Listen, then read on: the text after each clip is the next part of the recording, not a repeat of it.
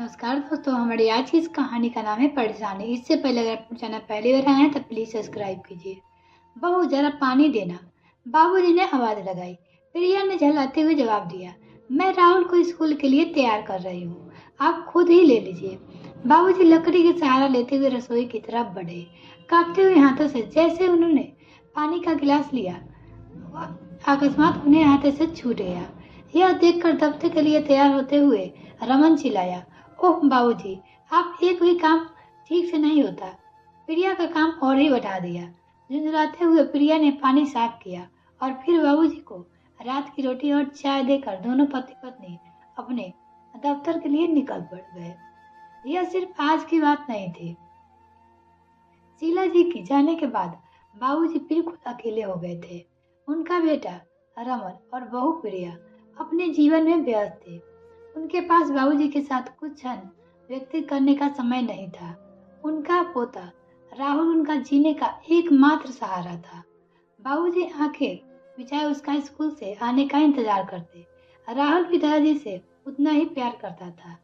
Rahul school से आते ही वह बाबूजी के गले लग जाता और बाबूजी को फिर जीने की वजह मिल जाती थी।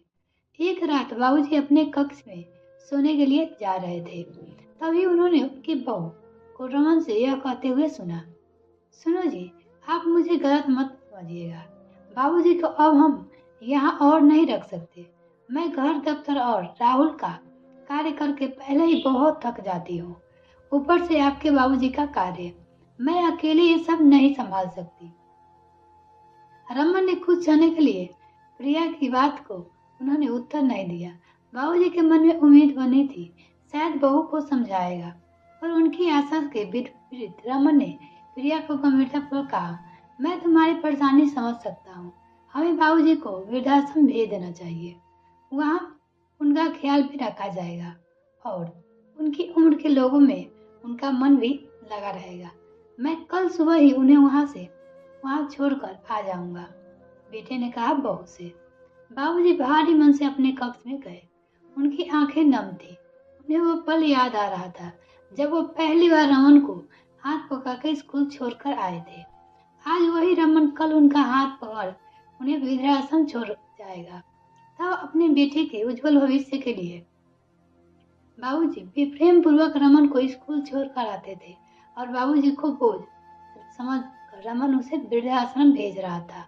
बाबूजी ने रमन के मायूस बचपन को याद करते करते अपनी आंखें बंद कर ली।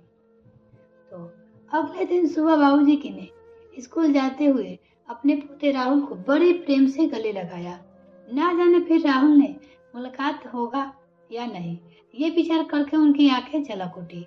राहुल ने ये सब देख बड़ी मासूमियत से कहा, दादाजी स्कूल ही तो जा रहा हूँ, दोपहर तक आ जाऊंगा और फिर आप मैं बहुत बातें करेंगे। बाबूजी मुस्कुराए और राहुल को टाटा किया। फिर कुछ समय बाद रमन और प्रिया ने बाबूजी से उनके साथ चलने को कहा। बाबूजी का मन घबराया और उन्होंने सोचा अब इस घर से जाने का समय आ गया है। उनकी अपेक्षा अनुसार वह एक वृद्धाश्रम पहुंच गए। वहां सामने ही बहू के पिताजी को देखकर वो चौंक गए।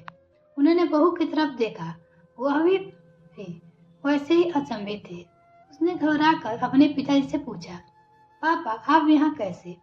इससे पहले ही वो कुछ उत्तर दे पाते, रमन ने प्रिया को कहा, जैसे तुम्हें बाबूजी से परेशानी होती है वैसे भी तुम्हारी भाभी को भी होती होगी, तो इसलिए मैंने सोचा आज बाबूजी के साथ साथ तुम्हारे पिताजी को भी वृद्धाश्रम छोड़ दो। उसके बेटे ने बहू से कहा। यह सुनते ही प्रिया के पैर तले जमीन खिसक गई। उनकी अपनी गलती का एहसास हुआ और वो फूट फूट कर रोने लगी। उसके अपने माता पिता, अपने पति रमन और बाबूजी से माफी मांगी और घर चलने को कहा। बाबूजी के आंखों से भी प्रेमासन बहने लगे। उन्हें अपने बेटे पर नाज हुआ और उन्हें अपने बहू की गलती को नादानी समझकर माफ कर दिया। फिर सभी लोग हंसी खुशी अपने घर चले गए और सदैव पूर्वक प्रेम पूर्वक रहने लगे। मिलते हैं नेक्स्ट फ्रेंड, तब तक के लिए bye. Thanks for watching this video. तो और चैनल को अभी तक सब्सक्राइब नहीं किया तो प्लीज़ मेरे चैनल को जल्दी से सब्सक्राइब कीजिए, साथ में बेल आइकन प्रेस करें ताकि मेरे और वीडियो का नोटिफिकेशन सबसे पहले आपको मिल सके।